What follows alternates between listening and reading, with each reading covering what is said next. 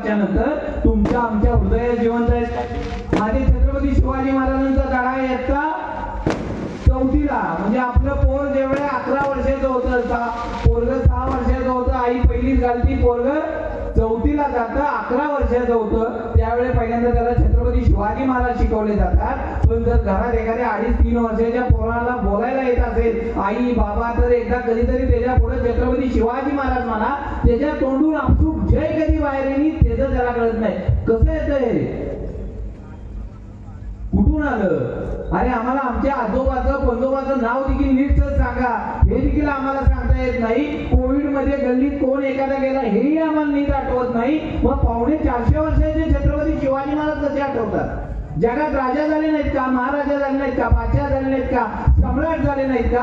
पण 450 वर्षानंतर फक्त छत्रपती शिवाजी महाराज लक्षात आहेत आमच्या. अरे अलेक्झांडर झाला, सीझर झाला, नेपोलियन झाला, तो औरंगजेब झाला, इतकी सगळी लोक झाली, इतकी सगळे राजा महाराजा सम्राट झाले, पण त्यानंतर छत्रपती शिवाजी महाराज तुमच्या आमच्या लक्षात आहेत. कशासाठी मित्रांनो? छत्रपती शिवाजी महाराजांनी लढाया केल्या म्हणून, छत्रपती शिवाजी महाराजांचा गरिबी कावा होता म्हणून नाही.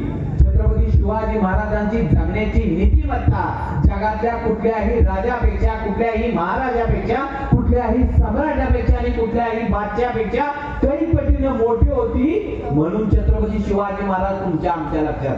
मित्रांनो, आयुष्यात लक्षात घ्या, तुमच्याकडे पैसे आहेत, तुमच्याकडे प्रॉपर्टी आहे, तुमच्याकडे बंगला आहे, तुमच्याकडे फ्लॅट आहे, लोक लक्षात ठेवतातच असं नाही. तुम्ही पैसेवाले आहात म्हणून लोक लक्षात ठेवत नाहीत. लोक तुम्हाला लक्षात कधी ठेवतात? तुमची जगण्याची नीतिमत्ता कशी आहे ना, त्यावरनं लोक तुम्हाला समाजात लक्षात ठेवतात. लक्षात घ्या, तुम्हाला वाटलं तुमच्याकडे गाडी आहेत, बंगले आहेत, पैसा आहे, नाही. तुम्ही जगला कसं, तुम्ही समाजाशी कसं वागता, त्यानंतर तुम्हाला समाज लक्षात ठेवतो. नाहीतर समाज हा आता विसरून जातो रे. किती जणांच्या लक्षात राहतो आम्ही? अरे आमच्या घरात देखील एखाद्या वेळेला आमची मृत्यू झाला ना, इकडे जन्म इकडे मृत्यू, मध्ये नुसती दगड करते. घरात जर सून नवीन आली ना, तर भिंतीवरचा फोटो देखील कोपऱ्यात जातो. बाळाला काढला तरच कावळा वाटणीला येतो, नाहीतर तोही येत नाही रे. आम्ही ठेवलं पाहिजे आम्ही समाजात काय वागतो, आम्ही आमच्या नात्यात काय वागतो, आम्ही आमच्या लोकांच्या बरोबर कसं वागतो, हेही कधीतरी लक्षात ठेवा ना. अरे 50 वर्षाचं आयुष्य मिळालं छत्रपती शिवाजी महाराजांना, काय केलं 50 वर्षात? अरे फक्त 35 वर्षात, वयाच्या 15व्या वर्षी छत्रपती शिवाजी महाराजांनी स्वराज्याची शपथ घेतली आणि त्यानंतर फक्त 35 वर्षात काही गावांची वतनदारी ते 361 किल्ल्यांचं स्वराज्य या मातीत निर्माण केलं. मित्रांनो, अलीकडे पोरांची लग्न होत नाहीत. आमदार साहेब, परवा दिवशी आमच्याकडे सोलापूरला पोरांनी मोर्चा काढला. लग्न ठराविक म्हणून कलेक्टर ऑफिसला पोरांनी मोर्चा काढला. अलीकडे पोरांची लग्न होत नाहीत. 35, 40 वर्ष झाली आणि कधी आम्ही आमचं स्वतःचं स्वराज्य निर्माण करणार सांगा ना. आणि 40 वर्षानंतर आम्ही जगतच नाही. तो नुसते आम्हाला बीपीच्या आणि शुगरच्या गोळ्या जगवतात. आम्ही जगायचं कधी आणि कधी स्वतःचं अस्तित्व निर्माण करायचं? मित्रांनो, आयुष्यात तुमच्या हातात नाही तुम्ही कधी जन्माला यावा आणि तुमचा मृत्यू कधी व्हावा, परंतु मधला काळ तरी तुमच्या हातात आहे ना. आणि जगा असं की मरताना देखील स्वतःला अभिमान वाटावा, अरे बस काय जगलो मी. परंतु आमचं कसं होतंय, आम्ही जगतो असं की आम्ही कधी मरणारच नाही आणि मरतो असं की कधी आम्ही जगलोच नाही. जर मित्रांनो आमच्या हातात नाही आम्ही कधी जन्माला येणार आहे, आमच्या हातात नाही आमचा मृत्यू कधी होणार आहे, पण आमच्या आयुष्याच्या मधला काळ आमच्या हातात आहे ना. तो आमच्या कर्तृत्वानं आम्हाला भरता आला पाहिजे. आम्हाला किती आयुष्य मिळालं यापेक्षा आम्ही कसं जगलो ना हे महत्वाचं आहे. किती मिळालं ह्याच्याकडे बघू नका. आमचं आयुष्य रडत कळत कसं तरी जमल असं नाही ना. प्रत्येकाला अडचण आहे, प्रत्येकाला संकट आहे. छत्रपती शिवाजी महाराजांना नव्हते का? जगात एकही माणूस असा नाही की ज्याच्या आयुष्यात संकट आले नाही. मला परवा दिवशी एकाने विचारलं, सर असं एखादं ठिकाण आहे का की तिथं अडचणी नाही, तिथं संकट नाही? मी म्हणलं आहे की. तुझ्या गावापासून 80 पर्यंत गेला ना की एक ठिकाण आहे असं. सर मला त्या ठिकाणी जायचंय म्हणला की तिथं अडचणी नाही, संकट नाही, तिथं मला जायचं आहे. मी म्हणलो गावाच्या बाहेर आहे ना तुझं स्मशानभूमी, तिथं एक ठिकाण आहे, तिथं गेलास की समजतंय की सगळं कुठं संकट आणि कुठं अडचणी आहेत. मग म्हणला सर मला तिथं जायचं नाही. अरे आपल्या आयुष्यात संकट आणि अडचणी नसतील ना तर तुम्ही जिवंत आहे याचं ते घोटकच नाही. तुमच्या जिवंतपणाचं लक्षण म्हणजे तुमच्या आयुष्यात असलेल्या अडचणी, तुमच्या आयुष्यात असलेली संकट म्हणजे तुम्ही जिवंतपणाचं लक्षण आहे. लक्षात घ्या. देव कुणाच्याही वाट्याला संकट देत नाही. लक्षात द्या, ज्याची कॅपॅसिटी आहे ना, देवाने चेक केलंय तुम्ही किती घेणार आहे, त्याच्याच वाट्याला देव संकट देतो. देव येड्या कापड्याच्या वाट्याला संकटच देत नाही ना. देव म्हणतो असा आलाय तुला असाच जायचंय. अरे देवाने जर आम्हाला संकट दिलेत ना, 100% त्याचे आभार माना ना. अरे देव जेव्हा एक दरवाजा बंद करतो ना, त्यावेळेस 100% दुसरा दरवाजा देवानं उघडला असतो. पण आम्ही देवावर विश्वास ठेवायला तयार नाही. आम्ही इष्टीत बसतो. इष्टीत बसल्यानंतर आम्ही ड्रायव्हरवर विश्वास ठेवतो ना, का त्याचं कधी बघितलंय, त्याचा गाडी चालवायचा एक्सपिरियन्स कधी किती आहे, त्याने किती ऍक्सिडेंट केले कधी बघितलंय ना. अरे आम्ही 50 किलोमीटर जात असू तर त्या इष्टीच्या ड्रायव्हरवर विश्वास ठेवतो. विमानात बसल्यानंतर पायलटवर विश्वास ठेवतो. अरे आम्ही बोटीत बसलो तरी त्या कॅप्टनवर विश्वास ठेवतो. मग ज्याने आम्हाला जन्माला घातले त्या देवावर का नाही विश्वास ठेवत? अरे तुमचा रिमोट त्याच्या हातात आहे ना, ठेवा ना त्याच्यावर विश्वास. कारण त्याला माहित आहे तुमच्या वाट्याला किती संकट द्यायची. जर आमचा त्याच्यावर विश्वास असेल ना, तर सांगा देवाला घेऊ दे किती संकट, फक्त तुझा हात माझ्या डोळीवर ठेव. त्या संकटाच्या छातावर उभं राहायची माझी ताकद आहे. मित्रांनो, आयुष्यात आमच्या संकट आली ना, कधी थांबायचं नाही. छत्रपती शिवाजी महाराजांना संकट आली नाही का? 50 वर्षात किती संकट आली. अरे शाहिस्ते खानाची बोट, अफजल खानाचा कोकळा आणि छत्रपती शिवाजी महाराजांची लाल महिन्यातली कैद, एवढं सगळं करून छत्रपती शिवाजी महाराजांनी 361 किल्ल्यांचं स्वराज्य या मातीत निर्माण केलं. आम्ही तो अर्थ सांगतो ना, का फक्त आम्ही छत्रपती शिवाजी महाराज की जय म्हणायचं संपलं आमचं? आमची वारसा काय? असं होत नाही ना. ते छत्रपती शिवाजी महाराज आणि मी नाही चालायचं. आम्ही फक्त काय म्हणायचं, आम्ही फक्त जयंत्या साजऱ्या करायच्या. अरे नाही चालणार असं. एकदा म्हणा ना, मी छत्रपती शिवाजी महाराज आहे. एकदा म्हणा, मी छत्रपती शिवाजी महाराज आहे. आमचं होतं कसं की आम्ही देवाच्या दर्शनाला जातो. देवाच्या दर्शनाला गेल्यानंतर आमचं लक्ष कुठं असतंय? आपल्या छापल्या कोण निघा. अरे कसा देव पावे? देवाच्या दर्शनाला निघालाय ना, मला ना मीच एकदा देव आहे. आमचे तुकोबाराया म्हणतात, देव पाहायला गेलो आणि देव होऊन आलो. एकदा देवाच्या भेटीला निघालाय ना, तुमचं अस्तित्व नाही, तुम्हीच देव. आम्ही म्हणतो मला देव दिसत नाही, भेटत नाही. आमच्या ज्ञानेश्वर माऊलींना दिसतो, आमच्या तुकोबारायांना दिसतो, आमच्या संत सावता माळ्यांच्या रानात काम करायला येतो. अरे तो देव धनाबाईंचं दळण दळा येतो. अरे तो देव नामदेवाचा नैवेद्य खातो. मग तुम्हा आम्हाला का दिसत नाही देव रे? कारण आम्ही म्हणतच नाही, ते एकतो येत नाही. एकदा म्हणा ना, मी आहे देव. तसं एकदा म्हणा, मी छत्रपती शिवाजी महाराज आहे. कसा आपल्या तोंडातनं दारूचा एखादा घोट खाली जाईल तेव्हा वाटेल ना, मी छत्रपती शिवाजी महाराज आहे. एकदा म्हणा, मी छत्रपती शिवाजी महाराज आहे. अरे कशी गुटख्याची पुढे आपल्या नरड्यातनं खाली जाईल. एकदा म्हणा ना, मी छत्रपती शिवाजी महाराज आहे. अरे आमची नजर कशी आया बहिणीकडे वाईट पद्धतीने जाईल. एकदा म्हणा ना, मी छत्रपती शिवाजी महाराज आहे. अरे तुमच्या हातून कसं वाईट काम होईल. असं नाही चालायचं. ते छत्रपती शिवाजी महाराज आणि मी हे 100% एकत्वाचं नातं यायला पाहिजे. मी म्हणजे छत्रपती शिवाजी महाराज. बस येऊ दे ना हे कधीतरी. असं होत नाही रे, काही होत नाही. आज तुम्ही 2 डोळ्याच्या मध्ये टिळा लावला नाही, पण त्यावेळेस नक्की एक लक्षात घ्या, आपल्या पोरांना सांगा 2 डोळ्याच्या मध्ये नक्की पागोगंध लाव. पण त्या 2 डोळ्यानं माझ्या कुठल्याही आया बहिणीकडे वाईट नजरेने बघू नको. आमच्या पोरांना सांगा, तुझ्या मुखात छत्रपती शिवाजी महाराजांचा जयघोष अवश्य असावा, पण तुझ्या मुखातनं कधी दारूचा आणि गुटख्याचा वास येता कामा नये. अरे ज्या वेळेस माझ्या छत्रपती शिवाजी महाराजांची मूर्ती दिसेल ना, आपल्या पोरांना सांगा नक्की नतमस्तक हो, परंतु त्याच मूर्ती खाली उभं राहून येणाऱ्या जाणाऱ्या आया बहिणीची छेडछाड करू नका. आपल्या पोराला सांगा, हातावर छत्रपती शिवाजी महाराजांचा टॅटो अवश्य काढ, पण त्या हाताने कुठलंही वाईट काम करू नको. बस आम्हाला एवढं जमलं पाहिजे ना. आम्हाला वाटतं छत्रपती शिवाजी महाराज आमच्या बरोबर असायला पाहिजेत.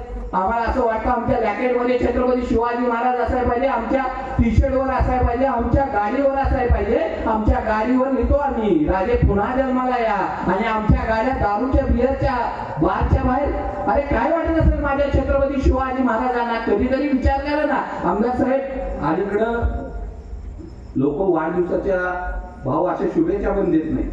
काय होतंय सर की एक काळ होता, म्हणजे आमची शेवटची पिढी असेल की भांडणं झालं तर आम्ही कमीत कमी भांडायचो.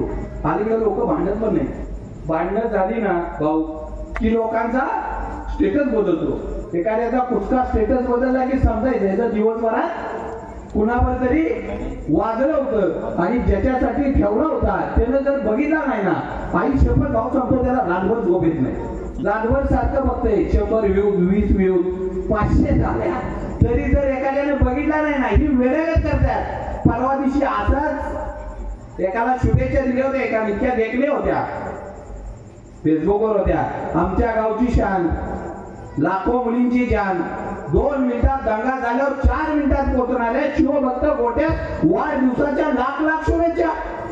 मला चक्करच याचं बाकी होतं आणि शपथ म्हणलो असले शुभेच्छा बघितल्या नाही की छत्रपती शिवाजी महाराजांचा मावळा असा असू शकेल. अरे छत्रपती शिवाजी महाराजांचा मावळा असावा माझ्या तानाजी सारखा. अरे जगातला एकमेव बाप आहे आपल्या पोराचं लगीन सोडून असा गेला की आपल्या पोराच्या लग्नात निर्वाळ आलाच नाही. अरे मावळा असावा माझ्या तानाजी सारखा. अरे मावळा असावा माझ्या बाजींसारखा. घोर किंमतीत उभा होता पण त्या यम देवालाही सांगता झाला जोपर्यंत राजांचे तोफेंचे आवाज येत नाहीत ना तोपर्यंत तुलाही जास्त चालून देणार नाही. मावळा असावा माझ्या बाजींसारखा. अरे मावळा असावा माझ्या शिवाकाशी सारखा. अरे त्या चुकी जेव्हा भेटा गेला होता पण त्यालाही सांगता झाला अरे जन्माला येताना तरी शिवाकाशीत म्हणून आला असतो ना मरताना मात्र छत्रपती शिवाजी महाराज म्हणून मरतोय. हे भाग्य काय कमी आहे का मित्रांनो. असे मावळे असावे आमचे मावळे असावेत ना हे असे असावे. आम्ही कुठले मावळे उभे करतोय हो. आज सकाळी गेलेली माझी आई ताई संध्याकाळी घरी सुरक्षित येईल का नाही आमच्या आईला काळजी आहे. कुणापासून नाक्या नाक्यावर कट्ट्या कट्ट्यावर टपऱ्या टपऱ्यावर बसल्या बसलेल्या माझ्या युवकापासून ना आज भीती वाटते. अरे सकाळी गेली की ज्या राजाने स्त्री म्हणजे मराठ्यांच्या देवाची देवता म्हणून तिचा सन्मान केला त्याच मातीत 450 वर्षानंतर स्त्रीच्या सुरक्षितेसाठी कायदे करावे लागतात. ही सगळ्यात मोठी शोकांतिका आहे. सगळ्यात मोठा आमचा पराभव आहे. आणि ज्या राजानं आपलीच काय शत्रूची देखील स्त्री सुरक्षित मदत केली त्याच राजाच्या या मातीत माझी आई आणि सुरक्षित नाही. ही सगळ्यात मोठी आमची शोकांतिका आहे. मित्रांनो तुम्ही किती व्हॉट्सअपवर आहात. मी म्हणलो ना छत्रपती शिवाजी महाराजांना फक्त 50 वर्ष मिळाली. मला एक सांगा इथं सोशल मीडिया कोण वापरत नाही असं कोण आहे का. ज्याला फेसबुक माहित नाही. आपण आज भाऊंच्या वाढदिवसानिमित्त भाऊ त्याचा सत्कार करूया. मला असं वाटतं आहे का असं कोण की ज्याला व्हॉट्सअप माहित नाहीये फेसबुक माहित नाही. भाऊ परवा दिवसाचा सर्वे आहे कमीत कमी आमची युथ 7 तास मोबाईल वापरते. किती 7. त्यातल्या 60% लोकांची अशी अवस्था आहे जर दिवसभर मोबाईल नसेल ना यांच्या जवळ तरी वेड्यागत वागतात. त्यातल्या 50% लोकांची अशी अवस्था आहे संध्याकाळचं नोटिफिकेशन बघितलं नाही ना यांना रातभर झोप येत नाही. 2 ला उठते 3 ला उठते सारखं बघते. गाला मोबाईल पडल्यावर कळतं आता झोपायचं असते. आणि त्यातल्या 70% लोकांची अशी अवस्था आहे सकाळचं नोटिफिकेशन बघितलं नाही ना त्यांची कुठलीच दिवसाची क्रिया होत नाही. आता कोण कुठं मोबाईल वापरतं ह्या फांद्यात आपल्याला पाडायचंच नाहीये. मित्रांनो तुमच्या हातातला मोबाईल तुम्हाला जागायला शिकवायला लागला. मोबाईल आमच्यासाठी होता आपण मोबाईलसाठी नाही रे. काय नेलं नाही तुमच्या आयुष्यातलं मोबाईलनं. सगळं नेलं ना. वेळ नेला पैसा नेला नाती नेली संबंध नेले रिलेशन नेले एवढं सगळं नेलं तरी आम्ही म्हणतो स्मार्ट पाहिजे. अरे माझे ज्ञानेश्वर माऊली म्हणतात ते विश्वच माझं घर. अख्खं विश्व आज जवळ आलं. आम्ही आमच्या अमेरिकेतल्या मित्राशी बोलू शकतो. आम्ही आमच्या जपानच्या मित्राला फोन लावू शकतो. पण घरात आमचे आई बाप असतात. आमच्या आईला रात्री ताप होता 102. सकाळी विचारले का आई तुझी तब्येत कशी आहे. आम्हाला अमेरिकेतल्या मित्रावर बोलायला वेळ आहे पण आमच्या घरात जी आई आहे ना जी आमची सकाळ संध्याकाळ काळजी घेते जी आई आम्हाला आमच्या पोटात 9 महिने सांभाळते जी आई जिथं आमचं नातं आम्ही जन्माला याच्या अगोदरपासून जास्त असतंय कधीपर्यंत ती मरेपर्यंत तिथं आमचं नातं असतंय. त्या आईला विचारले का आई तुझी ताप काय होता आज. आम्ही आईला विचारू शकत नाही. आम्ही जगातल्या अमेरिकेतल्या मित्राला फोन लावून विचारतो. आणि आमचं जग जवळ आलं पण तुमच्या घरातली रक्ताची हाडामासाची माणसं लावून गेली ना. आणि प्रत्येकाच्या हातात वेगळा मोबाईल आहे. लक्षात घ्या. मी तर माझ्या सगळ्या आया बहिणींना सांगेन जर वेळ मिळाला आपल्या पोराच्या हातात मोबाईल घेऊनच नका ना. काय फरक पडतो. अरे नक्कीच जगाभर चाला पण बघा तरी पोरगं बघतोय काय. परवा दिवशी भाऊ एका मुलीनं आपला आईचा फोनवर खेळत होती आणि फोनवर खेळता खेळता तो फोन पाण्यात पडला. फोन खराब झाला चालू झाला. पोरगी इतकी वेळी आई बाहेर गेली होती. पोरगी इतकी वेळी आई आली तर कावेल रागवेल मारेल एवढ्या एका चिंतेनं पोरीने एका 7 वर्षाच्या सुसाईड नोट लिहिली, आत्महत्येच्या पूर्वीची नोट लिहिली. आई तुझा मोबाईल चुकून माझ्याकडनं पाण्यात पडला, परंतु तो मोबाईल आता चालू होत नाही. आई चिडू नको, आई रागवू नको, परंतु तू येईपर्यंत मी या जगात नसेल. आई रडूही नको. आणि त्या पोरीनं आपल्या आयुष्याचा शेवट केला. अरे जर मोबाईल पेक्षा आम्हाला आमची नाती महत्वाची आहेत. लक्षात घ्या, वस्तू वापरायच्या असतात आणि माणसावर प्रेम करायचं असतंय. आमचं उलट झालंय, आम्ही वस्तूंच्यावर प्रेम करतो आणि माणसं वापरायला लागलो. आयुष्यात बघून घ्या ना, अरे वस्तू आपल्यासाठी आहेत, आपण नाही त्यांच्यासाठी. कधीतरी आता आमचा संवाद कमी झाला, सगळं हळूहळू आमच्या आयुष्यात आम्ही बोलत नाही. घरात बोलायला आम्हाला वेळ नाही. आईचा वेगळा, बापाचा वेगळा, पुरीचा वेगळा, पोराचा वेगळा. अरे बोला तरी आपली पोरं काय करतात बघा तरी. मग उद्या म्हणायचं नाही पोरं बिघडली बरकटली, पोरं वाया गेली. मित्रांनो, आमचे संत तुकोबाराय म्हणतात, शुद्ध बीजापोटी फळे रसाळ कोणती, तुम्ही जे पेरणार आहे ना ते उगवणार आहे. लक्षात घ्या, उद्या जर पोरगं रडलं ना, आईसाठी रडणार नाही. पोराला मोबाईल का नाही दिला म्हणून पोरगं रडेल. तुम्हाला काय वाटतं, तुमचं पोरगं आता तुमच्यासाठी रडतं? गैरसमजात आहात. पोरगं रडतं मोबाईल साठी. एक काळ होता, आमची आई जेव्हा आम्हाला झोप येत नसायची ना, आई अंगाई म्हणायची, चिव काऊची नको, राजा राणीची नको, गोष्ट सांग मला प्रभू श्रीरामाची. आणि आमचं पोर झोपी जायचं. मला सांगा, आता कुठल्या घरातून रडलेला आवाज येतो का? येतो. दादा 100% येतो. पोराला मोबाईल नाही दिला तर पोरगा अख्खं घर डोक्यावर घेतं. 12:30 आणि 1 वाजता आमची आई कौतुकाने म्हणते, माझा पिंट्यात सगळं बघतो, फेसबुक बघतो, व्हॉट्सअप बघतो, सगळं येतं त्याला. अरे कसले लाड लावल्या पोराच्या हातातनं. आज मोबाईल काढून घ्या, पोरं बोलायला विसरायला लागली. आज काही करू नका, भाऊंच्या वाढदिवसानिमित्त थोडं करा. किती जणांना मोबाईल कमी करायला जमेल? किती जणांना मोबाईल कमी करायला जमेल? आणि ज्यांना जमणार नाही ना, त्यानं उद्याच्याला एखादा 40गावला किंवा जळगावला चांगला डॉक्टर बघावा आणि त्याला दाखवून घ्यावं. तुम्ही मानसिक दृष्ट्या आजारी आहात. किती जणांना जमेल? मी म्हणत नाही बंद करा, बंद केला तर आणखी नवीन उद्योग लागेल आपल्या मागं. कमी करा म्हणतोय मी. तुम्ही 5 तास वापरताय ना, थोडा कमी करा. एकदा एका ह्या दिदीसाठी एकदा जोरात टाळ्या वाजवा. बस राहू द्या, कुणी नाही केलं तरी सर भाऊ मी काहीतरी घेऊन निघालो इथनं. एवढ्या मुलांचा प्रवास करून आल्यानंतर आपल्या यातनं नुसतं बोलणं त्यापेक्षा परिवर्तन महत्वाचं असते. भाऊ आता आज वाढदिवस आहे म्हणून तुमचा सांगतो. काल एका माझ्या मित्राचा वाढदिवस होता.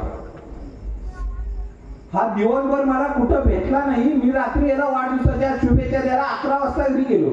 11 वाजता त्याला वाढदिवसाच्या शुभेच्छा दिल्या. ह्याच्याच ऍटिट्यूड मध्ये, बरं ठीक आहे, आभारी आहे. आणि म्हणलं झाले काय, तुझा वाढदिवस आहे, बोल तरी नीट. नाही ठीक आहे झालं म्हणलं, वाढदिवसाच्या शुभेच्छा मिळाल्या तुमच्या. त्याचं बोलणं असंच उडवाउडी झालं. म्हणलं याचं काहीतरी बिनच नाही. आणि म्हणलं काय अडचण आहे का? काय अडचण असेल तर सांग. नाही म्हणला, 5 वाजेपर्यंत वाट बघितली. तू माझा स्टेटस ठेवला होतास का कुठं? फेसबुकला नाही, व्हॉट्सअपला नाही, सोशल मीडियावर कुठंच तू माझा स्टेटस ठेवला नाही. मी त्याला म्हणलो, अरे स्टेटसचं काय घेऊन बसलाय? तुला साक्षात भेटायला आलो ना, म्हणजे भेटायला आलो ह्याचं काही महत्व नाहीये का? म्हणजे मैत्री फक्त दाखवायची आहे का आपल्याला की ह्याची माझी मैत्री आहे? अरे मित्र दिखाव्यापुरता नको, मित्र दिखाव्यापुरता नको.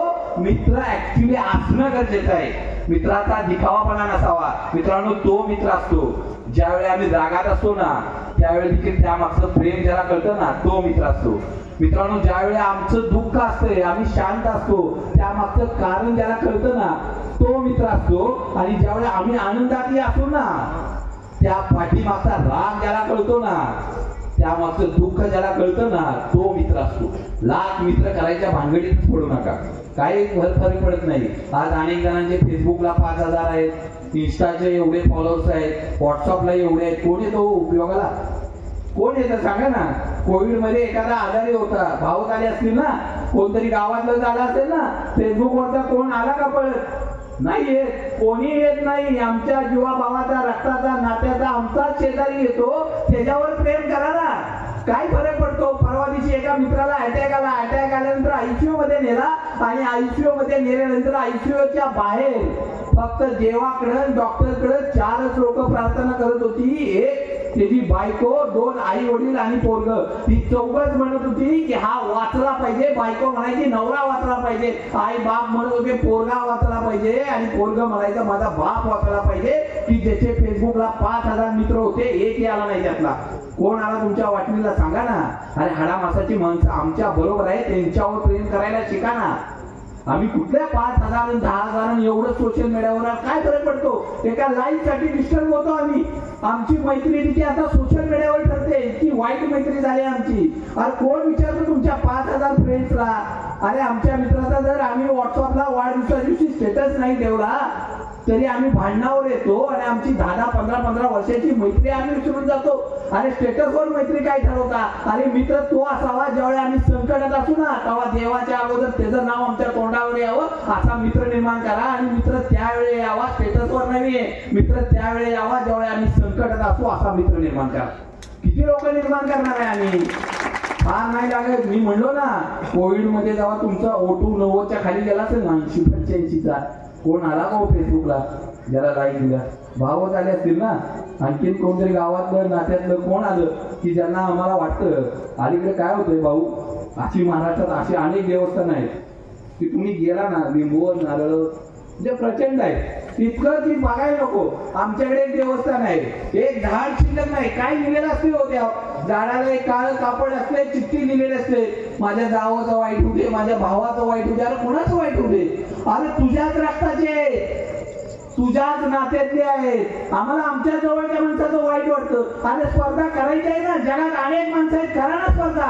जगातल्या श्रीमंत माणसांची आमची स्पर्धा आहे का. आमची स्पर्धा कोणाची. आमच्याच भावाची, आमच्याच चुलत भावाची. अरे आमच्याकडे एखादी गाडी असते इनोवा आणि भावाने स्विफ्ट घेतली तरी आमच्या पोटात दुखतं. कशासाठी. अरे होऊ द्या ना त्याचं भलं. शेवट आपलीच माणसं येतात हे कायम लक्षात द्या मित्रांनो. आमची जीवाभावाची आमच्या बरोबर राहतात. आमचा आनंद त्यांच्या आनंदात असावा. पण होता तो दुःखात असला की आम्हाला आनंद होतो, आणि तो आनंदात असला की आम्हाला दुःख होतं. मित्रांनो जे आपले आहेत ना. हे दादानो हॅलो काय काय नाव तुमची सांगा मला. उठा नाव सांगा लवकर. नाही नाही नाव फक्त सांगा तिघांची. लवकर सांगा लवकर.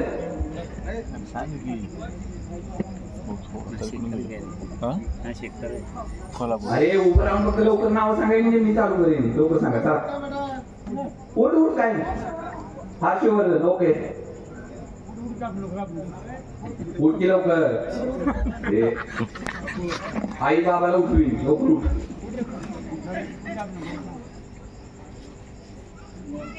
योगेश तुझं काय. हर्षवर्धन योगेश प्रीतम. आता जर बोलला तर आई बापांना पण नाव सांगायला होणार मी. आता शांत बसायचं. लांबची नाती कधी उपयोगाला येत नाही. आपल्या जीवाभावाचे असतात ना ती आपल्या बरोबर पाहिजे. एक स्टडी झाला जगातला सगळ्यात मोठं संशोधन होतं ते 1938ला चालू झालं. त्या संशोधनात असे ठरले की 75 लोक निवडली त्यांनी. अमेरिकेतल्या हार्वर्ड युनिव्हर्सिटीत तो प्रयोग सुरू होता. काही शास्त्रज्ञांनी एकत्र येऊन प्रयोग करायचं ठरवलं, आणि तो प्रयोग असा होता की माणसाचं सुख कशात आहे.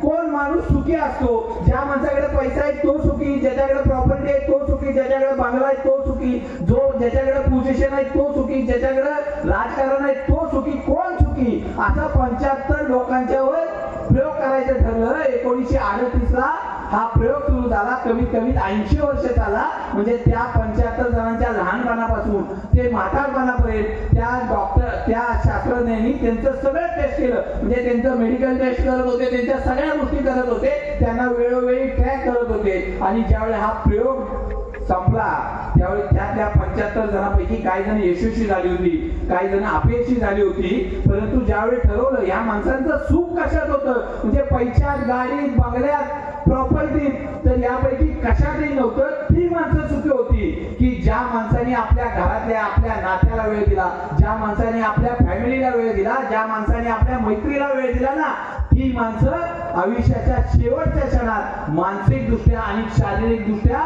फिट होती आणि सुखी होती. तुमचं यश काय की आम्ही जे कमवतोय ना ते आम्हाला आमच्या लोकांच्या आनंद व्यक्त करता आला पाहिजे. तुमच्याकडे किती पैसे आहेत आणि उपयोगाचे काय की जर मी त्या माझ्या घराबरोबर नाही आम्ही शेअर करू शकत. आपल्या घरात मोठा टीव्ही घेतलाय, आठवतंय का की शेवटचा आपल्या पोरांच्या वर कधी बघितलाय? गाडी आहे घरासमोर, फोर व्हीलर आहे, आठवतंय? बायकोला आई वडिलांना घेऊन कधी फिरायला गेलो होतो. अरे ज्याच्यासाठी करतोय ना त्यांना वेळ द्या ना. हे गावात असाच मोठा शेड होता. बघता बघता त्याला एक दिवस अटॅक आला, अचानक गेला. यमदेव पुढे आले. यमदेव म्हणजे चला जायला लागतंय तुम्हाला. तो म्हणलं तुम्हाला माहितीये का मी गावातला किती मोठा श्रीमंत माणूस आहे? यमदेव म्हणले माझ्याकडे नाही श्रीमंत गरीब चालत. एकदा घेऊन आले म्हणल्यावर यायला लागेल. एक काम करा म्हणलं माझी 50% प्रॉपर्टी तुम्हाला घ्या, मला 5 वर्ष वाढवून द्या. यमदेव म्हणले माझ्याकडे सेटलमेंट हा प्रकार नसतो, तो तुमच्या माणसात असतो, चला निघायला लागते.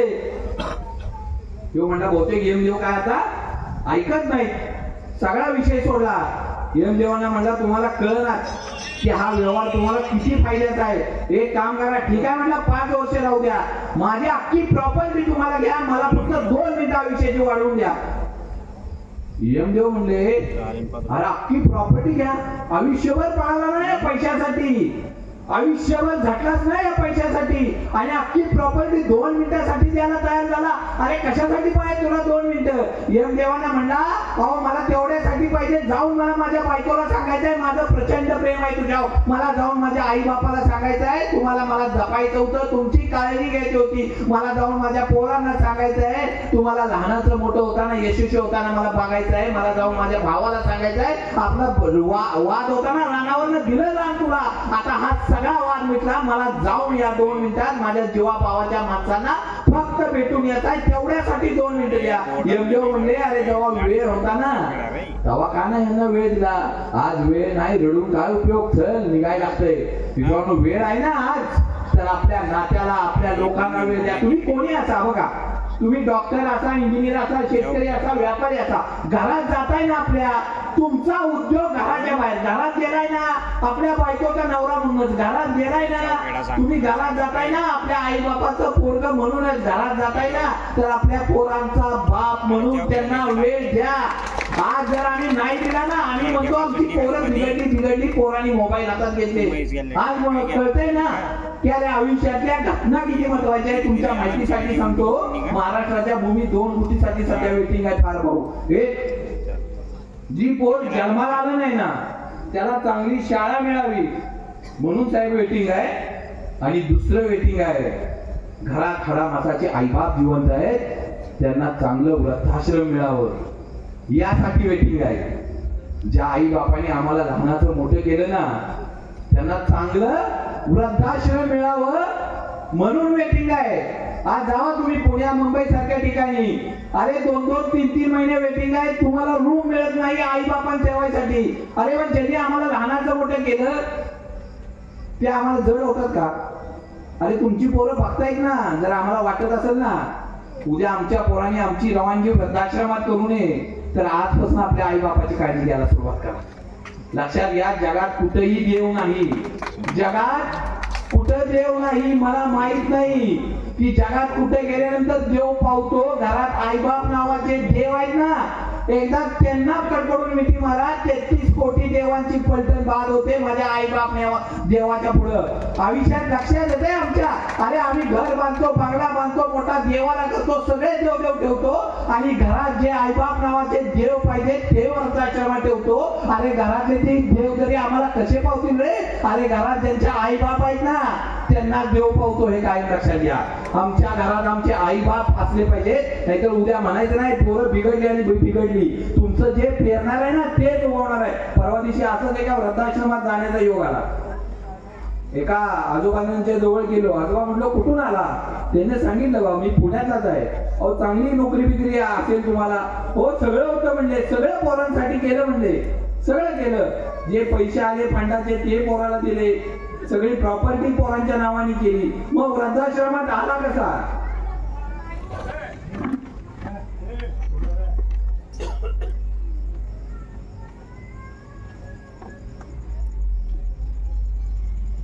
एका वृद्धाश्रमात जाण्याचा योग आला. वृद्धाश्रमात गेल्यानंतर तिथल्या एका आजोबांच्या जवळ बसलो. आजोबांना विचारलं, तुम्ही कसं काय वृद्धाश्रमात आला?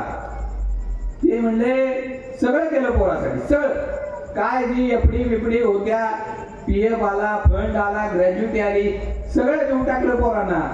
पुण्यातला फ्लॅट पोराच्या नावावर केला, सगळं केलं. मग तुम्ही का वृद्धाश्रमात आला? अरे म्हणलं, सगळं केलं मी पोरांसाठी, पण पोरांना संस्कार आणि वेळ द्यायला कमी पडलो म्हणून मी वृद्धाश्रमात आलो. आयुष्यात लक्षात घ्या, सगळं करा पण आपल्या पोरांना वेळ आणि संस्कार द्या. पोरांच्या हातात यंत्र दिली ना तर पोरं देखील आपल्या बरोबर यंत्रा पद्धतीनेच वागतात. आमचं पोरग जर कसं जगायचं आणि कसं मरायचं ते मोबाईलवर ठरवणार आहे का? तुम्हाला माहिती आहे का? पिंपरी चिंचवडला एका 15 वर्षाच्या पोरांनी मोबाईलच्या नावात आयुष्याचा शेवट केला. पुण्यामध्ये ब्ल्यू व्हील नावाची गेम होती. गेम काय सांगायची, आज जेवू नको, पोरग जेवायचं नाही. गेम सांगायची आज 5 किलोमीटर पळ. आमचं पोरग 5 किलोमीटर पळायचं आणि त्या गेमच्या नादात त्या पोरांनी वरती टेरिसवर गेला आणि टेरिसवरनं सुसाईड केलं. ती गेम ठरवणार आहे का? आमचं पोरग कधी जगायचं आणि कधी मरायचं? अरे आम्ही पोरांसाठी जगतो ना. देवापेक्षा जास्त कोणाला भीतो मला सांगा? पोरांना भीतो ना. देवापेक्षा जास्त कुणाला भीतो आम्ही? आमच्या पोरांना सगळं करतो पोरांसाठी. मग काळजी पण तशी घेतली पाहिजे ना, संस्कार पण तसेच दिले पाहिजे. आमच्या पोरांचा दोष नाही. आमच्या पोरांना विराट हिरो वाटतो, आमच्या पोरांना रोहित हिरो वाटतो, आमच्या पोरांना सलमान आमिर खान हिरो वाटतो. मग त्यांचा घरातला बाप का हिरो वाटत नाही हो? आम्ही आमच्या पोरांच्या पुढे काय आदर्श ठेवतो त्यावरती पोरं डिस्टर्ब आपली नीतिमत्ता ठरवत असते, हे लक्षात घ्या. आम्ही त्याच पद्धतीने वागलं पाहिजे. मित्रांनो, आज मी म्हणलो ना, महाराष्ट्राच्या भूमीत 4-4 महिने चांगलं वृद्धाश्रम मिळत नाही. सगळ्यात मोठी शोकांतिका आहे. कशासाठी? फक्त आई बापांना वृद्धाश्रमात ठेवण्यासाठी. सगळं करतो सर. बाप आम्हाला लहानाचं मोठं करतो, बाप आम्हाला शिक्षणाचा खर्च करतो, बापच आम्हाला फोन घेतो, बापच कपडे घेतो, एवढं सगळं बाप करतो. बाप कधी खर्च लिहून ठेवत नाही. पण बापाचे औषध आणायचं म्हणले की आम्ही खर्च लिहून ठेवतो. सगळ्यात दुर्दैवाची गोष्ट आहे मित्रांनो. बापाने कधी खर्चाचा हिशोब मागितलाय का हो आमच्या पुढे? मग आमचा बाप एखादी गोष्ट सांगताना आम्ही बापापेक्षा का मोठं होतो? लक्षात घ्या.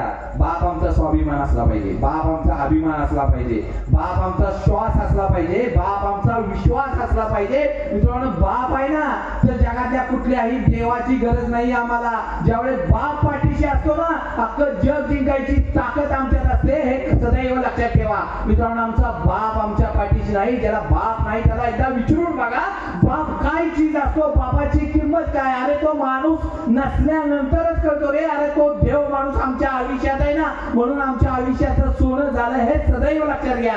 बापाची किंमत त्यांना कळते ज्यांच्या आयुष्यात बाप नाही. एकदा कधीतरी बघा, अरे त्या बापाला काही लागत नाही, बाप काही मागत नाही, बापाने कधी हिशोब लिहिला नाही, बाप म्हणत नाही मला हे पाहिजे ते पाहिजे. बापाला घरातला कोपरा दिला ना तरी तिथंच सुखा समाधान राहतो. फक्त म्हणतो माझ्या पोराचं कर्तृत्व बघायचं आहे, ते फक्त माझ्या डोळ्यांनी. कधी लागत नाही बापाला. बाप आमच्यावर कधी ओझं नसतो, बाप आमच्यावर कधी बोजा नसतो. हे कायम लक्षात घ्या. मित्रांनो, मी म्हणलो ना, आयुष्यात हे 2 देव फक्त जपा करा बस. घरात एवढे 2 देव जपा. आमच्या घरात एखादा देव नसला तरी चालेल, तुमच्या मंदिरात तुमच्या देवालयात एखादा देव नसला, कमी जास्त असला तरी चालेल, पण घरात आईबाप नावाचा देव आहे ना तर तोही देव तुम्हाला काही कमी पडून देणार नाही. हे सदैव लक्षात घ्या. तुमच्या माहितीसाठी सांगतो, ज्यावेळी छत्रपती शिवाजी महाराजांचा राज्याभिषेक होता ना, त्यावेळी छत्रपती शिवाजी महाराज आऊसाहेबांचं दर्शन घ्यायला गेले, आईचं दर्शन घ्यायला गेले. आईचं दर्शन घेता घेता त्यांच्या डोळ्यात पाणी आलं. आऊसाहेबांनी विचारलं, राजे तुमच्या डोळ्यात आज पाणी कशासाठी? तुम्ही तर रयतेच्या डोईवर सुखाचं क्षेत्र धरलं, तुम्ही तर इथल्या स्वराज्यातल्या प्रत्येक माणसाचा पाठीचा कणा ताट केला, तुमच्या डोळ्यात आज पाणी कशासाठी राजे? आणि छत्रपती शिवाजी महाराज सांगताय की आऊसाहेब आम्ही स्वराज्य निर्माण केलं, परंतु ज्या आमच्या वडिलांनी आमच्या आबासाहेबांनी स्वराज्याचं स्वप्न बघितलं होतं ना, ते स्वप्न सत्यात उतरले. हे पाहायला माझ्या आबासाहेब नाही, आऊसाहेब तेवढ्यासाठी माझ्या डोळ्यात पाणी आलं. मित्रांनो, तुमचा बाप थकत चाललाय, तुमच्या बापाचे खांदे पडत चालले, तुमच्या बापाच्या चेहऱ्याच्या सुरकुत्या वाढत चालले. अरे जगाला काय करून दाखवायचं आहे की तुम्ही यशस्वी झालेलं? आमच्या बापाने खडखडून मिठी मारून आम्हाला सांगितलं पाहिजे, पोरा जिंकलास तू.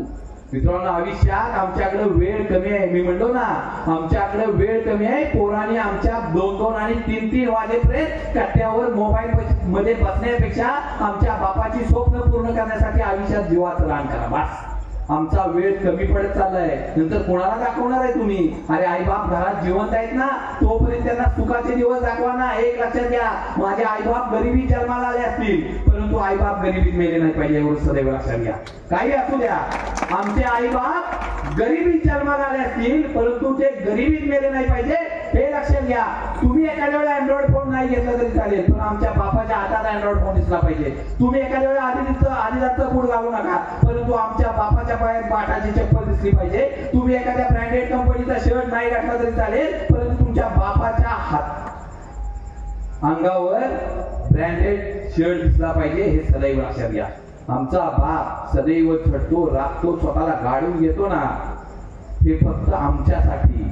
बापाला लढायची देखील मुभा नाही, लक्षात घ्या. आईच्या डोळ्यात पाणी येतं बारीक सारीक झाल्यावर. बाप कधी रडल्याला बघितलाय का? कधी कुणी बाप रडताना कधी बघितलाय का? रडतच नाही. किती संकट येऊ द्या, पोराला सांगताय लढ, मी आहे तुझ्या पाठीशी. मित्रांनो, बाप असा असतो, पोराला सांगतो काय करायचं ती कर, मी आहे तुझ्या पाठीशी. मित्रांनो, ही ताकद असते बापाची. काही करा, हे 2 देव आपल्या घरात जपा. बाकीच्या ठिकाणी कुठे गेल्यानंतर, नवस केल्यानंतर देव आपली इच्छा पूर्ण करेलच असं नाही, पण घरात आई बापाची काळजी घ्या. 100% आपली इच्छा पूर्ण झाल्याशिवाय राहणार नाही, हे लक्षात घ्या. आयुष्यातल्या प्रत्येक घटनेवर मी म्हणलो ना, काय काय कराल मला एक सांगा. मोबाईल किती जणांना कमी करायचं तुम्ही? मगाशी या ताईने हात वर केला होता. बघा, मी म्हणलो ज्याला जमणार नाही त्याने ज्याला मोबाईल कमी करायला जमणार नाही ना, त्याने एका चांगल्या डॉक्टरला दाखवून घ्या. बरोबर का? किती जणांना जमेल? माझ्या हात वर आहे म्हणून हात करू नका. एक लक्षात घ्या, आयुष्य फार छोट आहे. कोण ताम्रपट घेऊन जन्माला आलेलं नाही. जे आहे ते आपल्या माणसांच्या बरोबर यशस्वी होण्यात लावा, मोबाईलवर नव्हे. मित्रांनो, फार कमी आयुष्य आहे आपल्याला. आमचं आयुष्य आम्हाला त्या पद्धतीनं जगता आलं पाहिजे, एवढं लक्षात घ्या. मोबाईलवर नव्हे. आज आपल्या पोरांच्या हातातला मोबाईल कमी करा. मी म्हणत नाही बंद करा, थोडा कमी करा की काय फरक पडतो.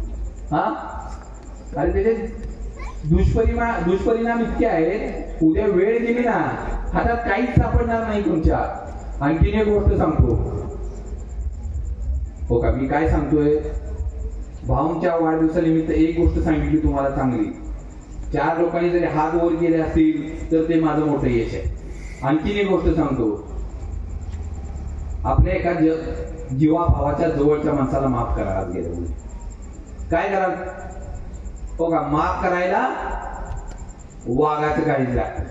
येड्या कापड्याचं काम नाही माफ करणं. आपल्या जवळच्या माणसाच्या चुका एकत्र करा आणि आपल्या हृदयात एक कब्रस्तान बनवान जाळून टाका. बघा, तुम्हाला हलकं वाटेल. तिथला ताण कधीतरी कमी आला पाहिजे ना. काय मग तिथं काय असते डोक्यात? तुम्हाला माहिती आहे का? अटॅक आज कुठल्या पण वयातल्या पोराला येतो. कुठनं आला हो अटॅक? हा आला कुठनं अटॅक? अटॅक रोग नाही, हे कमी करा ना. काय सारखं ह्याचे अडवायचे, त्याचे जिरवायचे, त्याचा कार्यक्रम करायचा, त्याला सोडायचं ना. करा ना हलकं. ज्यावेळेस घरात एखाद्या वेळेस घाण होते तर आई काय म्हणते, अरे स्वच्छ केलं पाहिजे, घरात लक्ष्मी येणार नाही. घर दिवसभरात 4 वेळा साफ करतो, पण डोक्यातली घाण का नाही साफ करत? एकदा हे काढा आणि डस्टबिन मध्ये द्या टाकून, हे खाली करा. आणि घाण ठेवाय काय डस्टबिन आहे का? घाण टाकायचे काय? हे जाडवायचे झाड किती ताण घेतलाय. अरे आमच्या खिशात देखील 4 चिठ्ठ्या जादा झाल्या तरी आम्ही काढून संध्याकाळी डस्टबिनला टाकतो. मग इथली घाण काढा ना. आणि कुणाबद्दल रागायचं, कुणाबद्दल चिडाय, कुणाला कमीपणा द्यायचा? आपल्याच माणसाला ना. मग करा ना कमी. अरे काय फरक पडतो? आपल्या जीवाभावाची, आपल्याच घरातली, आपल्याच रक्ताचे. मित्रांनो, आमची माणसं असतील तर आमचं जग आहे. कुणावर आनंद व्यक्त करायचा? अरे एक तरी माणूस आहे का आमच्या आयुष्यात की जर आम्ही आनंदात असलो तर त्याला आनंद होईल, आणि आम्ही दुःखात असलो ना तर त्याच्या डोळ्यातनं पाणी येईल. असा एखादा जीवाभावा जर आमच्या आयुष्यात असेल ना, 100% त्याला जपण्याचा प्रयत्न करा. तुमच्या आयुष्यातनं माणसं कमी व्हायला लागले रे. आज आमच्याकडे एखाद्या माणसाचा मृत्यू झाला, एखादा माणूस मरण पावला तर अनेक माणसं त्याला पुढे येतात, कारण खांदा देणं आमच्याकडे पवित्र समजलं जातं. अनेक माणसं पुढे येतात खांदा द्यायला. अरे परंतु जिवंत असताना जर त्या माणसाला विचारलं असतं अरे तू कुठल्या दुःखात आहे, कुठल्या संकटात आहे, 4 दिवस आणखी जगला असताना, अरे मेल्यानंतर खांदा देण्यापेक्षा जिवंत असताना त्याला खांदा द्या ना. अरे त्यावेळी खऱ्या अर्थानं ते 4 दिवस जादा जगेल. मित्र, माणूस मेल्यानंतर लढण्यापेक्षा जिवंत असताना त्यातले डोळ्याचे अश्रू पुसण्याचा प्रयत्न करा ना. काही उपयोग होत नाही. अनेक जण सांगतात की 10 किलोमीटरचा प्रवास करून आलो त्याला बघायला, गाडी घेऊन आलो त्याला बघायला. अरे त्याला काय कळणार आहे, गेलाय तो, नाही कळणार. जिवंत असताना त्याला वेळ दिला असता ना, त्याला त्याचा फायदा झाला असता. मित्रांनो, आयुष्यात तुम्हाला माहितीसाठी सांगतो, एक भारतात कंपनी आहे, 50 लाखाचं प्रॉफिट झालं मागच्या वर्षी. त्यावेळी त्यांना 200 कोटीचं प्रॉफिट करायचं आहे. कंपनीचा उद्योग काय माहित आहे, माणूस मेल्यानंतर सगळं देतात. 4 खांदेकरी देतात, माणसं रडायला देतात, पुढे मडकं करायला माणूस देतात, तुमच्या अंतविधी पण तेच करतात आणि तुमच्या अस्थी देखील पाण्यात देखील तेच विसर्जित करतात. कारण त्यांना माहित आहे की या भारतातली नाती कमी व्हायला लागली, कारण उद्या इथं रडणारी माणसं देखील नसणार आहे. हे लक्षात घ्या. आम्ही नसताना इतरांच्या डोळ्यातनं पाणी येणार नाही, असा एकही माणूस आम्ही आमच्या आयुष्यात निर्माण केला नाही का? आणि कुणासाठी करा कमी. आज घरी गेल्यानंतर जर एखाद्याबद्दल चुकला असेल सॉरी म्हणा, आणि जर शक्य असेल तर माफ करून टाका. काय लागतं हे हलकं झालं पाहिजे. मित्रांनो, इथं जर ठेवलं ना, आणि जावा मी बघतो, सासवा सुना बघतो, एकाच घरात 2-2 चुले असतात, 15-15 वर्ष बोलत नाही. तू आईच्या पोटी 2-2 भाऊ जन्म घेतात, 20-20 वर्ष बोलत नाहीत. अरे भावाने चांगलं काय केलं हे का नाही लक्षात ठेवत? भावाची एखादी गोष्ट आम्ही वाईट आयुष्यभर लक्षात ठेवतो रे. 2 भाऊ रस्त्याने एकदा प्रवास करत होते आणि प्रवास करत असताना दोघांत कशावर तरी भांडणं झाली. बऱ्यापैकी समजदार होते, परंतु भांडणं झाल्यानंतर मोठ्या भावाने धाकट्या भावाच्या कानाखाली मारली, आणि कानाखाली मारल्यानंतर धाकट्या भावानं समुद्राच्या काठी वाळूवर लिहिलं की आज मला मोठ्या भावानं कानाखाली मारली.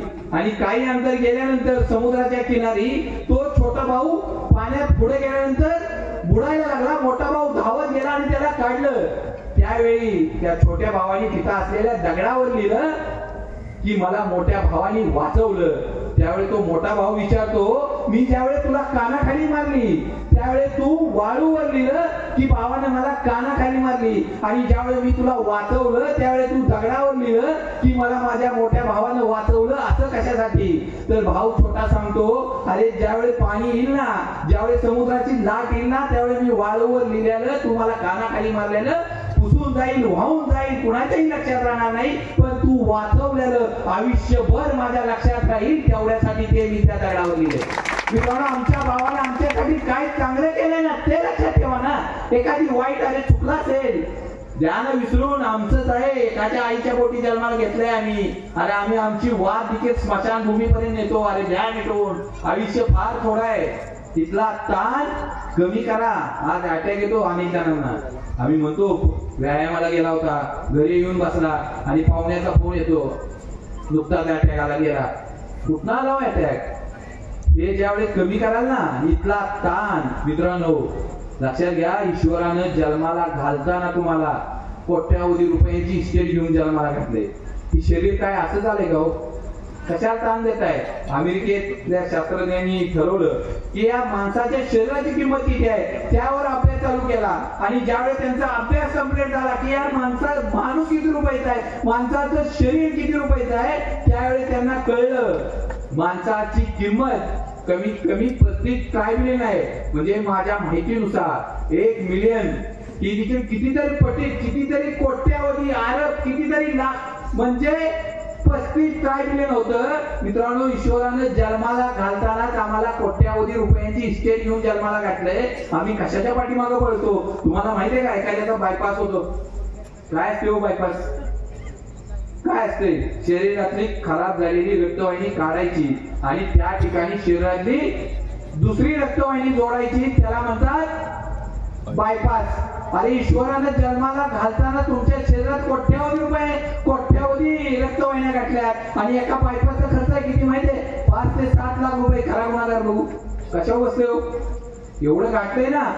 एक जण माझ्याकडे असं झाला, म्हणलं मी लय गरीब आहे, म्हणला माझ्याकडे काहीच नाही, देवानं माझ्यावर काहीच कृपा केली नाही, मी एकदम गरीब आहे. मी त्याला म्हणलो माझ्याकडे एक चांगला पर्याय आहे तुझ्यासाठी. तुझे जर 2 डोळे दिलेस ना तर 50 रुपयाला एक गिरायक आहे. अहो काय बोलायला लागलाय म्हणला. हो म्हणला 50 रुपयाला माझ्याकडे एक गिरायक आहे. एक किडनी दिलीस. आता किती किडनी तो माझ्याकडे आल्यानंतर त्याला मी पहिल्यांदा काय म्हणलं, तो काय म्हणायचा की मी गरीब आहे प्रचंड, माझ्याकडे देवानं काहीच दिलं नाही, इतका मी प्रचंड गरीब आहे. मी त्याला एकच म्हणलो माझ्याकडे असं गिरायक आहे, तू जर 2 डोळे दिलेस ना की तो तुला 50 लाख देईल. एक किडनी दिली तर 75 लाख देईल आणि 2 डोळे 2 किडनी दिल्या ना 1 कोटी रुपये तुला मिळतील. मग तू कसं काय गरीब राहणार. अहो म्हणलं माझे डोळे देऊन मी कसे काय 50 लाख देऊ. अरे मग तू कसं काय गरीब, ईश्वराने एवढं सगळं दिलंय मग आम्ही गरीब कसे काय. तर आम्ही म्हणतो हे मिळालं नाही ते मिळालं नाही. आमची उंची असते 5 फूट 6 इंच तरी आम्हाला वाटतं आमची उंची 5 फूट 8 इंच पाहिजे. आमचा रंग चांगला असतो तरी वाटतं ह्याच्यापेक्षा आम्ही बोलत असायला पाहिजे. नाक चांगलं असतं तरी आम्हाला वाटतं अरे त्याच्यापेक्षा माझा आणखी चांगला असायला पाहिजे. अरे जे नाहीये आमच्याकडे ना त्याचं दुःख कशासाठी, जे आहे त्याचा आनंद व्यक्त करा ना. एवढं सगळं चांगलं दिलंय त्याबद्दल आम्ही कधीच बोलत नाही. देवानं काय करायला पाहिजे माहितीये का तुम्हाला. देवानं तुम्ही 5 तास झोपणार असाल ना तर देवानं 200 रुपये घ्यायला पाहिजे रात्रीची झोपायची. श्वास जर घेणार असाल ना 1 तास तर देवानं सांगायला पाहिजे होते 1000 रुपये डिपॉझिट करा. तेव्हा ह्या सगळ्याची किंमत आम्हाला वाटली असते. देवानं जे फुकट दिलंय ना त्याची आम्हाला किंमत नाही. आम्ही छान नको आहे ना त्या गोष्टींच्या पाठीमागे पळतो. किती पळतोय रे. अरे बघा एकदा किती सुंदर दिले हे सगळं देवानं. आमच्या आयुष्यात एवढं सगळं पाहिजे. आणि मित्रांनो अजिबात ताण घेऊ नका. मी म्हणलो ना आयुष्याचा एंडचा बोर्ड कधी लागेल ते कुणालाही माहित नाही. मित्रांनो तुमची वेळ चांगली असेल ना जगातला लांबचा पण सांगतो हे माझे पाहुणे. आणि तुमची वेळ खराब येऊ द्या तुमच्या घरातली रक्ताच्या नात्याची पण सांगतात मी ह्याला ओळखत नाही. तुमची जर वेळ खराब असेल ना आम्हाला ओळख दाखवणारे देखील लांब न जातात. आणि तुमची वेळ चांगली असेल ना लांबची पण तुमच्याशी बोलण्याचा प्रयत्न करतात. मित्रांनो जर तुमची वेळ चांगली असेल आणि 4 चौघात एखादी गोष्ट चेष्टेवारी करा लोक सिरियसली घेतात. आणि तुमची वेळ खराब आहे आणि तुम्ही सिरियसली बोलला ना तरी लोक तुमची चेष्टा करतात. सगळा वेळेचं गणित आहे सगळं. सदैव लक्षात घ्या. आणि कुणाची वेळ कशी बदलेल हे कुणाच्याही हातात नाही.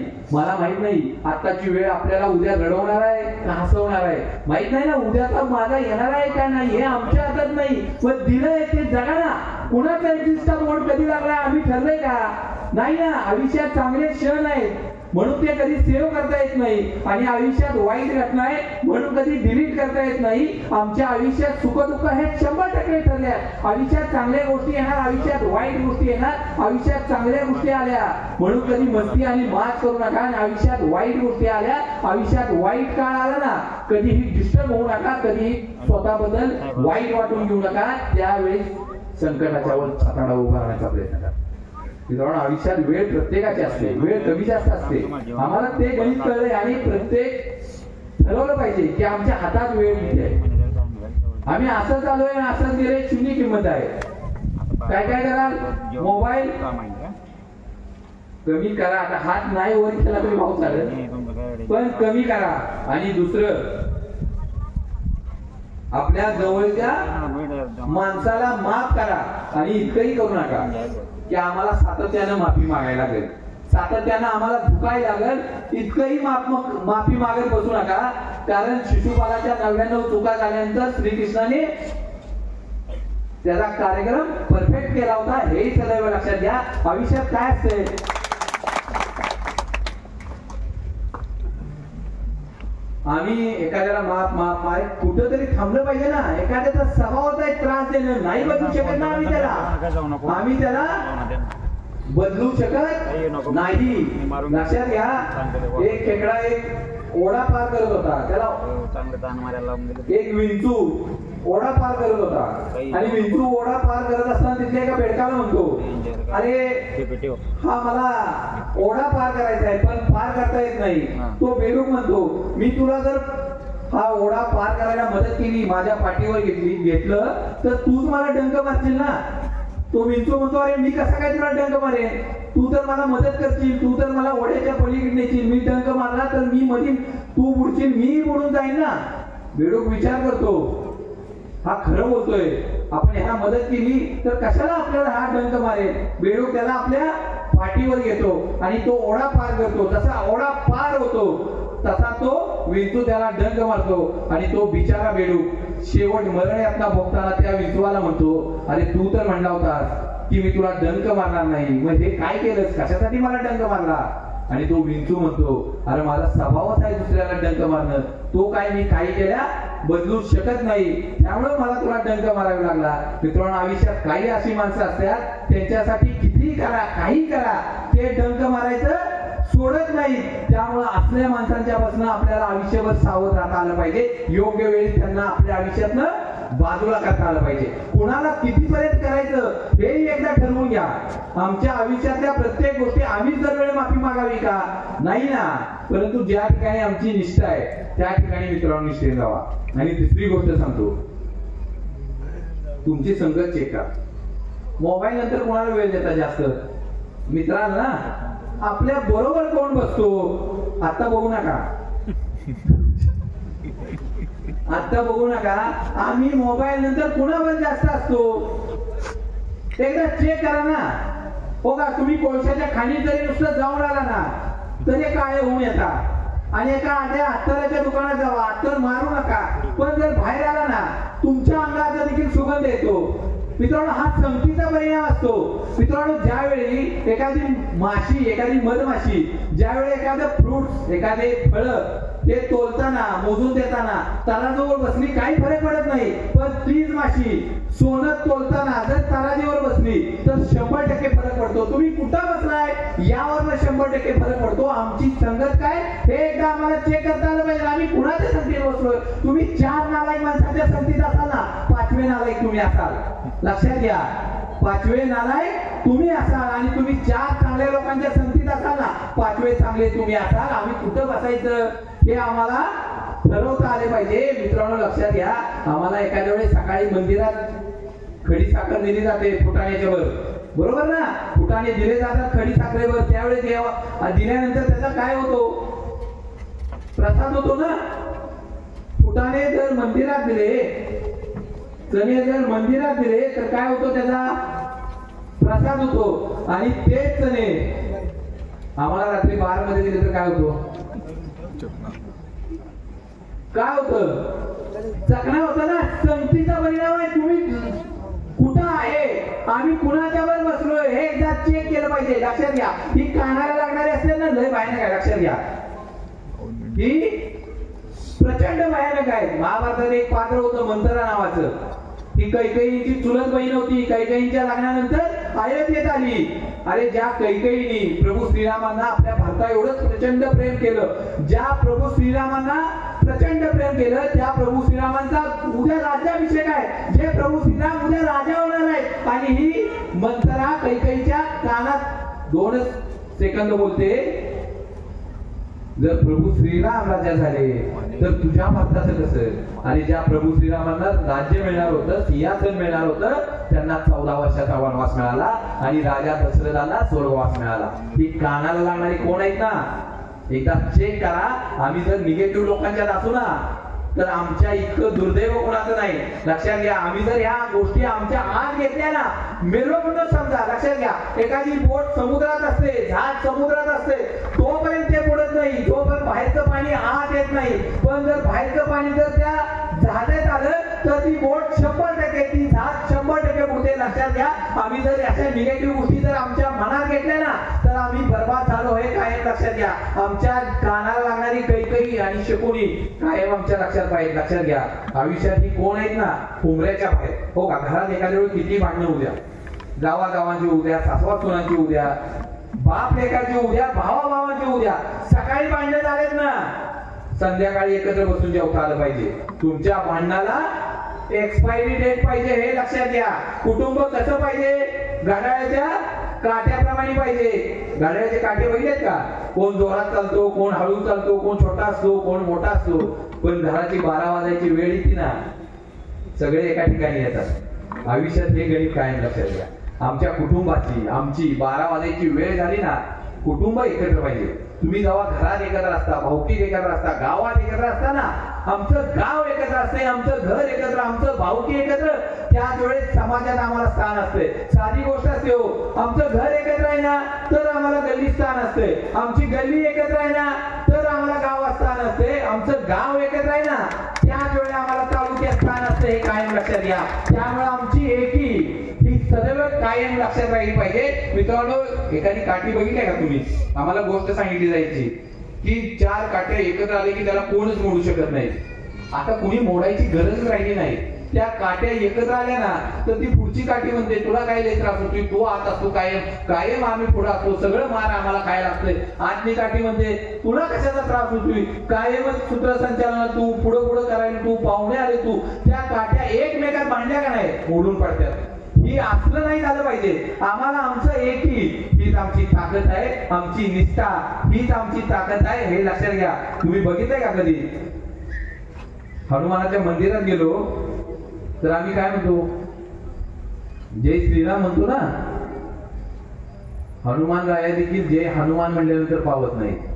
हनुमानाला देखील काय म्हणायला लागतं? जय श्रीराम म्हणायला लागतं. त्यावेळी हनुमान पावतो. तुमचं अस्तित्व कशापासून आहे ना हे सदैव लक्षात आलं पाहिजे. लक्षात घ्या, हनुमान लहानपणी सूर्याला राहायला गेला होता. अरे हनुमान विष्णूचा अवतार आहे. हनुमानाला माझ्या महादेवांचा आशीर्वाद आहे. हनुमान अंजनी पुत्र आहे. एवढ्या सगळ्या डिग्री आहेत. हनुमानाला पाणी देखील आज घेऊ शकत नाही, जमीन घेऊ शकत नाही. एवढा महान शक्तिशाली बलवान आहे आमचा हनुमान राया. पण हनुमान राया काय म्हणतो? मी रामदूत आहे. त्या माणसापेक्षा मोठं व्हायचं नाही ज्याच्यापासून आपण मोठा आहे. लक्षात घ्या, मंदिरात गेल्यानंतर देखील हनुमान आपल्याला पावत नाही. कधीपर्यंत? जय श्रीराम म्हणल्यापर्यंत. आणि लक्षात घ्या, ज्यांच्यापासून आपण मोठं झालोय ना त्यांचं अस्तित्व आणि निष्ठा कायम आमच्या हृदयात पाहिजे. आणि हो का, किती कोण येतं कोण काय बोललं कायम कधी कोणाकडे लक्षात घेऊ नका. मला परवा दिवशी एकाला विचारलं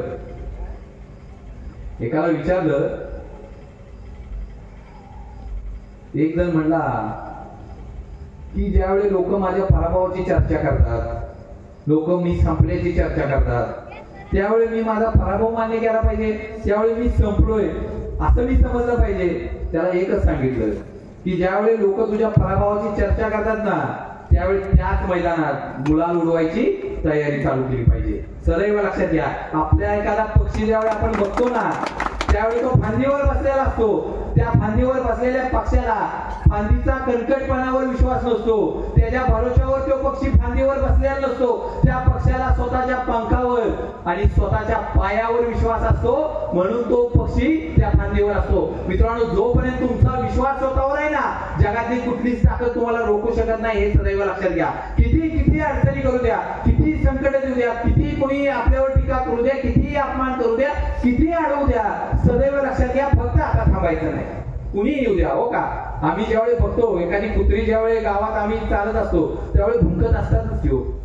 म्हणून काय आपण कुत्र्याला भुकायचं का त्याला विचारायचं का भुकतो? अरे भुकणारी कुत्री 4 पावलं भुंकत येतात आणि परत जाऊन आपल्या जागेवर बसतात. त्या भुंकणाऱ्या कुत्र्याकडे आपण लक्ष द्यायचं नसतं. त्यांचं काम एकच असतं, इतरांचं चांगलं चालू झालं की गावभर भुंकत सुटायचं, इतरांचं बरं चाललं का नाही की भुंकायचं. पण त्यांचा काय ठरलेला असतो? फक्त 4 पावलं एकदा आपण पुढे गेलो ना ती त्यांच्या जागेवर येतात. त्या भुंकणाऱ्या कुत्र्यांच्या नादाला लागायचं नाही हे सदैव लक्षात घ्या. जर आम्ही टीकाकारांच्या नादाला लागलो, आमचा अपमान करणाऱ्यांच्या नादाला लागलो, आमची चेष्टा करणाऱ्यांच्या नादाला लागलो तर आमचा आयुष्याचा प्रचंड वेळ जाईल. आम्ही एखाद्या वेळेस बघतो एखादा साप जर आम्हाला चावला तर पहिल्यांदा काय करू? आम्ही दवाखान्यात जाऊ का सापाच्या पाठीमागे पळत जाऊ? दवाखान्यात जाऊ ना, पहिल्यांदा शरीरात गेलेलं विष काढू का आम्ही सापाच्या पाठीमागे जाऊन त्याला म्हणू अरे मला का चावला? इतका वेळ घालू का?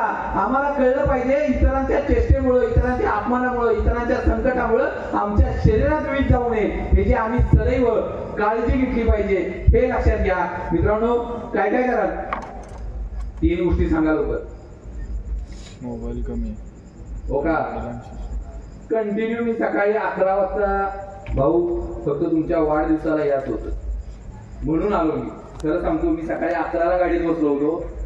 2 ठिकाणी फक्त थांबलो. मी रस्त्यात कपडे बदलले तुमची गाडी येईपर्यंत आणि कंटिन्यू मी 11 तासाचा प्रवास करून फक्त भाऊंच्या वाढदिवसानिमित्त तुम्हाला भेटायला. लक्षात घ्या मित्रांनो, आयुष्यात नाही जो माणूस इतरांची काळजी करतो ना त्यासाठी आपण वेळ देणं गरजेचं आहे.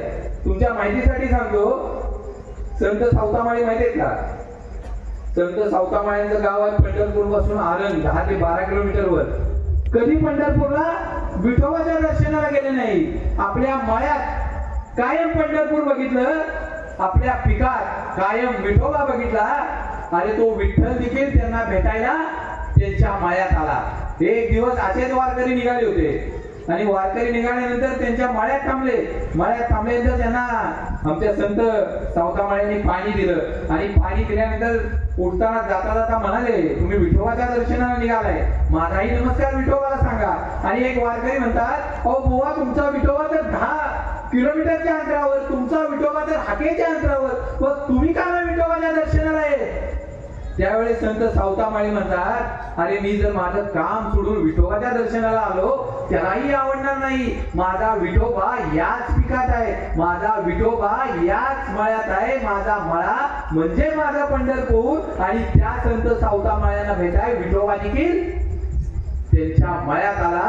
तुमच्या भाऊनी काय तुमच्यात विठ्ठल बघितलाय, या ठिकाणी पंढरपूर बघितलंय, हे सदैव लक्षात घ्या मित्रांनो. आमच्या माणसात जो देव बघतो ना, आम्ही त्याच्या पाठीशी उभं राहिलं पाहिजे, कारण ते एकत्र यायला लागतं. असं होतं का भाऊ? मला एक सांगा, आईने गेलेला चहा चांगला लागतो का बायकोने गेलेला चांगला? म्हणजे अडचण नाही करत मी, चहा मिळेल उद्या, तेवढी चहा पावडर, तेवढीच साखर, तेवढंच पाणी, तेवढाच गॅस. हा कुणाचा नाही केला वहिनी तर विचारतो मी. आईचा चांगला लागेल काय असते ते इथून आलेलं असते. एखाद्या वेळेस साखर कमी पडू द्या, पण हे एकत्र व्हायला लागलं. मी म्हणलो ना, अरे विठोबा बघा, तुम्ही 1000 किलोमीटरचा प्रवास करून आमचे वारकरी किती वय असते, म्हातारे झालेले असतात, अनेक आजार असतात, अनेक वेळा पाऊस पडत असतोय, चिखल असतोय, ऊन असते, कशाची पर्वा करत नाही. 1000 किलोमीटरचा प्रवास करून, शेकडो किलोमीटरचा प्रवास करून त्या विठोबाला भेटायला जातात. अरे जगातला एक वेळ देव आहे की माझा कष्टकरी वारकरी देवाला भेटायला जातो. आम्ही इतर देवांच्याकडे जातो ना, फक्त मागायसाठी जातो. माझा वारकरी फक्त विठोबाला भेटायसाठी जातो. ही जगातली एकमेव गोष्ट आहे मित्रांनो. आमचा नाही, अरे 28 युगे झाली तसाच आहे कमरेवर हात ठेवून. मित्रांनो आमच्या वारकऱ्यांचं ध्येय असते फक्त भेटणं जाऊन विठोबाला. आम्ही इतर ठिकाणी देवाला जातो, आमची रडगाणी सांगतो ना, देवा माझी अडचण आहे, देवा मला हे नाही, देवा मला ते मिळू दे, देवा पोरं ही करतात, आणि विठोबाकडे जातो ना त्यावेळी फक्त आम्ही विठोबाला भेटायला जातो. हे लक्षात घ्या मित्रांनो. आयुष्यातल्या प्रत्येक गोष्टी एकत्वाचं नातं येणं हे फार महत्वाचं आहे. 3 गोष्टी करा. एक, मोबाईल कमी करा, बंद करू नका, डॉक्टरला काम लावू नका. दुसरी गोष्ट काय करा, माफ करा. वाकाचं काळजी लागतं माफ करायला, हे कंट्रोल करा मित्रांनो, हे कंट्रोल करा.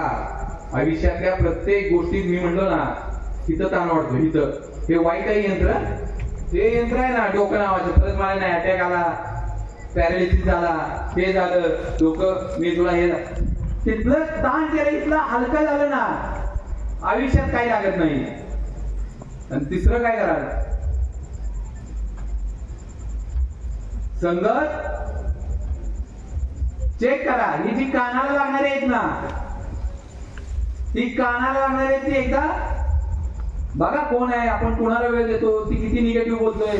अरे मित्र बसतो ना आपण, ज्या मित्रावर काय करतो ना, मित्र असा पाहिजे का दिवसभर आम्ही किती अडचणीत असू, किती संकट असू, किती जमलोय, कट्टा असा पाहिजे मित्राचा की आम्ही तिथं गेल्यानंतर आम्ही रिलॅक्स झालो पाहिजे आणि दुसऱ्या दिवशी आम्ही 10 पटीने कामाला लागलो पाहिजे. असं नको की त्या मित्राजवळ गेल्यानंतर आम्ही आमचं डोकं खराब करू. अशी मैत्री कामाची नाही. तुमचे 1000 मित्र आहेत, काय कामाचे नाही. 4च मित्र करा, परंतु जीवाभावाचे करा बस. आणि त्या मित्राची कायम आठवण ठेवा की ज्या मित्रानं आपल्या संकटीच्या आणि अडचणीच्या काळात आम्हाला मदत केली, आमच्या पाठीशी राहिले ना, त्या मित्राची आठवण आमच्या चांगल्या दिवसात सदैव राहिले पाहिजे, हे कायम लक्षात घ्या.